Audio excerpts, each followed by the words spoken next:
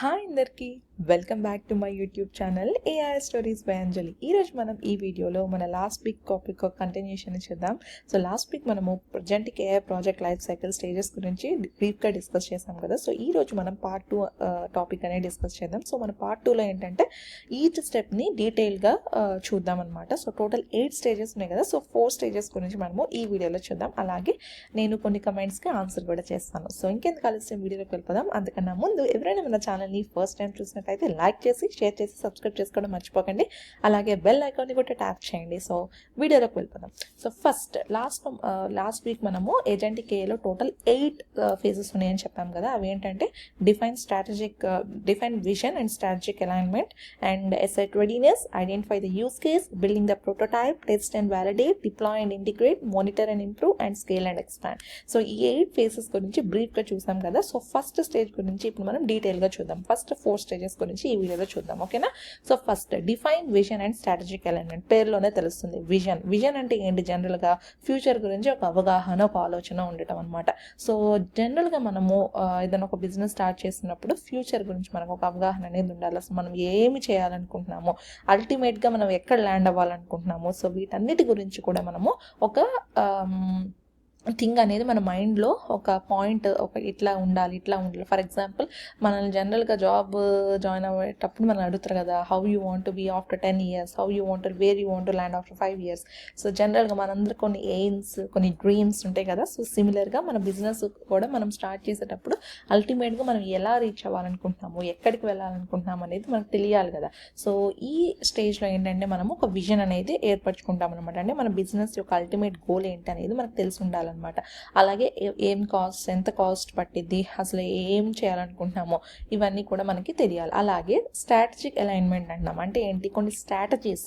So జనరల్గా మనము ఏదైనా ఒకటి అచీవ్ చేయాలనుకుంటే ఊరికే అనుకుంటే సరిపోదు కదా. దానికోసం మనం ఏమేం చేసుకోవాలి, ఎలాంటి థింగ్స్ని మనం ఫాలో అవ్వాలి, ఎలాంటి రూల్స్ మనం ఫాలో అవ్వాలి, ఎలాంటి స్కెడ్యూల్ మనం వేసుకోవాలి. సో ఇవన్నీ కూడా స్ట్రాటజీస్ కింద వస్తాయి కదా. సో ఇలాంటి స్ట్రాటజీస్ అనేవి నువ్వు లిస్ట్ అవుట్ చేసుకొని పెట్టుకోవాలన్నమాట. సో వీటితోనే కాకుండా ఎగ్జిక్యూటివ్ సపోర్ట్కి మనకి సపోర్ట్ కూడా ఉండాలన్నమాట. ఎందుకంటే మనకు ఒకరు కాపాడే వాళ్ళు, ఒకరు గైడెన్స్ వాళ్ళు ఉండకపోతే మనకు తెలియదు కదా మనం అల్టిమేట్గా ఎటు వెళ్తున్నాము అనేది. సో డెఫినెట్గా అది మనకి తెలిసి ఉండాలన్నమాట. సో ఇవన్నీ కూడా మనకి తెలిసి ఉండాలి. అలాగే మనం సిన్స్ బిజినెస్ గోల్ మనం పెట్టుకుంటున్నాం కాబట్టి, విజన్ గురించి మనము ఆలోచిస్తున్నాం కాబట్టి ఈ స్టేజ్లోనే మనకి స్కోప్ మనకి ఎలాంటి అవుట్కమ్ అనేది వచ్చింది అనేది మనకి ఒకటి సెట్ చేసుకొని ఉండాలన్నమాట. సో ఇవన్నీ కూడా మనకి ఈ స్టేజ్లో మనకి అవసరం అనమాట. సో అవి ఈ ఫేజ్లో మనం చూస్తాం, ఓకేనా. ద నెక్స్ట్ ఫేజ్ వచ్చేటప్పటికి SS readiness. So SS readiness పేరులోనే తెలుస్తుంది, మన ఎసెట్స్ని కూడా మనము రెడీగా ఉంచుకోవాలన్నమాట. So that is nothing but మన రిసోర్సెస్ని మనము రెడీగా ఉంచుకోవాలన్నమాట.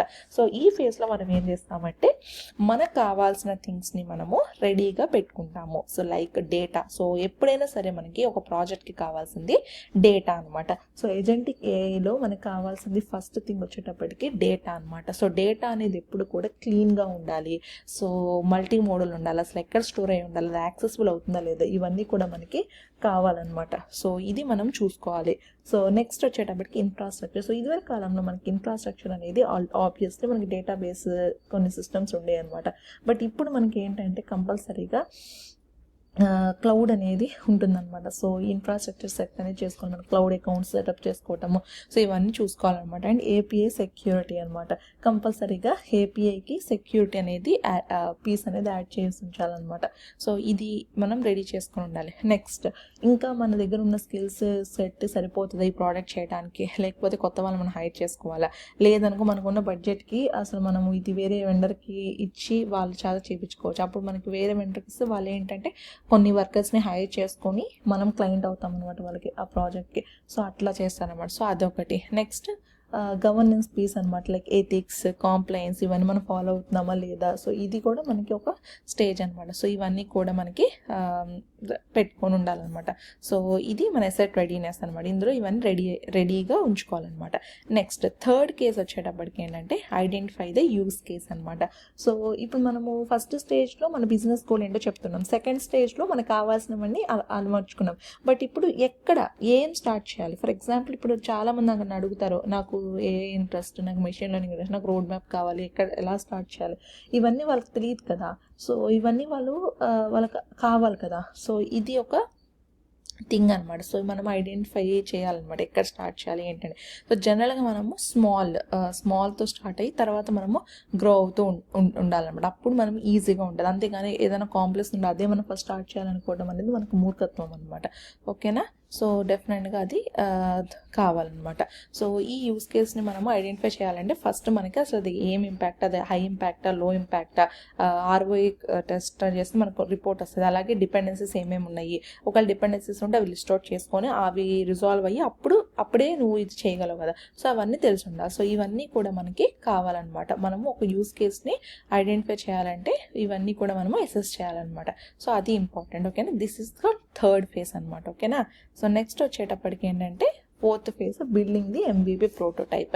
సో ప్రోటోటైప్ అంటే ఏంటంటే డూయబుల్ సొల్యూషన్ అని చెప్తాం. అంటే ఏంటంటే నువ్వు ఏం చెప్తున్నావు, నువ్వు థియరీని బేస్ చేసుకుని అన్నీ చెప్తావు, కానీ అది ఒకటి నువ్వు చేసి చూపించావు అనుకో, వర్క్ అవుతుంది చిన్న మోడల్, అది టీం వాళ్ళు అది చూసి నెక్స్ట్ నీకు ఇంకా ఫీడ్బ్యాక్ ఇవ్వడమో దాన్ని ఇంప్రూవైజ్ చేసుకోవడమో చేసుకోవచ్చు అనమాట. సో అదే ప్రోటోటైప్ అని చెప్తాం. That is nothing but A workable doable solution అని చెప్తాం. సో ఇది చేయాలంటే ఫస్ట్ నువ్వు ఏ ప్లాట్ఫామ్ కావాలి, తర్వాత ఏ ఏజెంట్ నువ్వు వాడాలనుకుంటున్నావు, దానికి ఒక ఆర్కెస్ట్రేషన్ లేయర్ యాడ్ చేసి లాస్ట్లో ఫైనల్గా ఇంటిగ్రేట్ చేస్తాను ఈ ఎగ్జిస్టింగ్ సిస్టంలో అనమాట. సో ఈ 4 స్టెప్స్ అనేవి ఈ ప్రోటోటైప్ బిల్డింగ్లో నువ్వు ఫాలో అయ్యే స్టెప్స్ అనమాట. ఓకేనా. సో ఇది నీకు మెయిన్గా కావాల్సిన స్టెప్స్ అనమాట ప్రోటోటైప్ చేయాలంటే. సో ఇది మన 4th స్టేజ్ అనమాట. సో ఇది వన్స్ నువ్వు స్టేజ్ చేసి రివ్యూ చేసావు అనుకో, అప్పుడు వాళ్ళు నీకు ఓకే దిస్ ఈజ్ వాట్ అని అర్థం చేసుకొని ఇంకా నీకైనా ఫీడ్బ్యాక్ ఇవ్వడం, నెక్స్ట్ ఇంకా ఫర్దర్ ఎన్హాన్స్మెంట్స్ అనేవి చేయగలుగుతాం అనమాట. సో ఇది మన 4th ఫేజ్ అనమాట. సో ఇదనమాట. So 5th phase, 6th, 7th, 8th మనం నెక్స్ట్ వీడియో చూద్దాం. సో ఐ హోప్ ఈ 4 ఫేజెస్ మీకు అర్థమైంది అనుకుంటున్నాను. ఇంకేమైనా డౌట్స్ ఉంటే మీరు కమెంట్ సెక్షన్లో కమెంట్ చేయండి. సో అండ్ యాజ్ నేను చెప్పినట్టు నేను కొన్ని క్వశ్చన్స్కి ఆన్సర్ చేస్తానని చెప్పాను కదా. సో కొంతమంది అడిగారు కొన్ని అంటే పైథాన్ వీడియోస్ మీరు చెప్పారా, ఇన్ కేస్ చెప్తే నాకు అది పాయింట్అవుట్ చేయండి అన్నారు. సో పైథాన్ వీడియోస్ నేను చెప్పలేదు. నేను జనరేటివ్ ALLM సిరీస్ స్టార్ట్ చేశాను, and data science series start చేశాను, ML సిరీస్ స్టార్ట్ చేశాను, అండ్ కొన్ని కెరియర్ వీడియోస్ స్టార్ట్ చేశాను. అలాగే రోల్ ఆఫ్ ద సిరీస్ అని చెప్పి ఒక్కొక్క రోల్కి ఏమేమి కావాలి, ఏమేమి స్కిల్స్ కావాలి, శాలరీ రేంజెస్ ఏంటని చేశాను అనమాట. సో పైథాన్ అనేది నేను నా ఛానల్లో చెప్పలేదు, బట్ నా ఛానల్లో నేను కోడింగ్ అప్లికేషన్స్ పైథాన్ కోడ్ని ఎక్స్ప్లెయిన్ చేశాను అనమాట.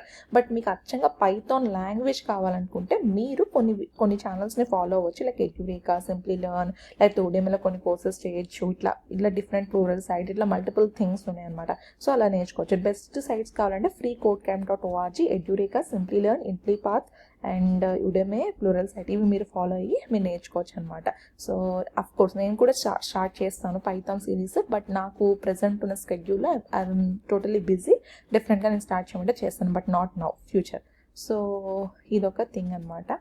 నెక్స్ట్ కొంతమంది కమెంట్ చేశారు లైక్ ఫ్రెషర్స్కి ఈ వీడియోస్ సరిపోతాయి. డెఫినెట్లీ అండి, ఇది ఫ్రెషర్స్ నుంచి అడ్వాన్స్ లెవెల్ వరకు అందరికీ సరిపోతాయి. So you can follow my videos if you really like and if you really understand. Next, Agent K good career అని అడుగుతున్నారు. డెఫినెట్గా Agent K is one of the very good career path in the ఫ్యూచర్లో AI related stuff అనేది డెఫినెట్గా వస్తుంది, and డెఫినెట్గా మనము ఆ స్ట్రీమ్లో అనేది రైజ్ అనేది చూస్తుంటున్నాము.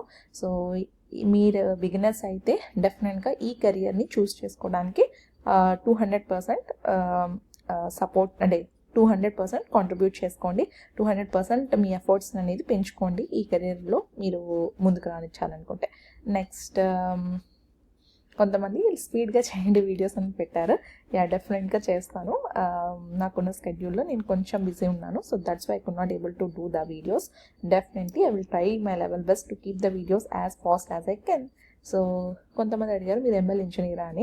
So I'm ML ops engineer. ఇంకా నా ఎక్స్పీరియన్స్ గురించి ఇంకా ఏమైనా మీకు కావాలనుకుంటే నన్ను లింక్డ్ఇన్లో కాంటాక్ట్ అవ్వండి. నా లింక్డ్ఇన్ ప్రొఫైల్ కూడా నేను డిస్క్రిప్షన్ బాక్స్లో ఇస్తాను. ఓకేనా. నెక్స్ట్ కొంతమంది AI టూల్స్ గురించి చేయండి అంటున్నారు. యాక్చువల్లీ నాకు థాట్ ఉంది, నేను కొన్ని AI టూల్స్ సిరీస్ లాగా స్టార్ట్ చేద్దాము, ఆర్ఎల్స్ షార్ట్ వీడియోస్ పెడదాం అనుకుంటున్నాను. సో డెఫినెట్గా నేను అది చేస్తాను.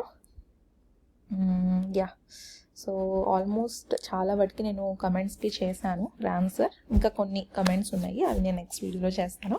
So thank you so much for watching the video. So ఫైనల్గా మనం ఈ వీడియోలో అయితే 4 స్టేజెస్ గురించి చెప్పాం కదా. సో బేసిక్గా విజన్ ఏంటి, మన ఎండ్ గోల్ ఏంటి, మన స్ట్రాటజీస్ ఏంటి అనేది మనం తెలుసుకొని ఉండాలి. నెక్స్ట్ వచ్చేటప్పటికి అసలు ఏమేమి కావాలనేది అసలు రెడీ చేసుకోవాలి. నెక్స్ట్ యూస్ కేసెస్ని ఐడెంటిఫై చేయాలి. బెస్ట్ థింగ్ ఏంటంటే స్మాల్ యూస్ కేసెస్ని సెలెక్ట్ చేసుకోవడం. ఫైనల్గా మనము ఒక ప్రోటోటైప్ని బిల్డ్ చేయాలన్నమాట. ఆ ప్రోటోటైప్ బిల్డ్ చేసేటప్పుడు కొన్ని స్టెప్స్ అనేవి ఫాలో అవ్వాలి. లైక్ ప్లాట్ఫామ్ చూస్ చేసుకోవడం, ఏ ఏజెంట్ వాడాలనుకున్నాం, నెక్స్ట్ ఆర్కెస్ట్రేషన్ లేయర్ యాడ్ చేసి ఫైనల్గా ఇంటిగ్రేట్ చేయడం. సో ఈ అనమాట 4 స్టేజెస్. సో నెక్స్ట్ 4 స్టేజెస్ గురించి మళ్ళీ మనము నెక్స్ట్ వీడియోలో చూద్దాం. Thank you so much for watching this video. Thank you.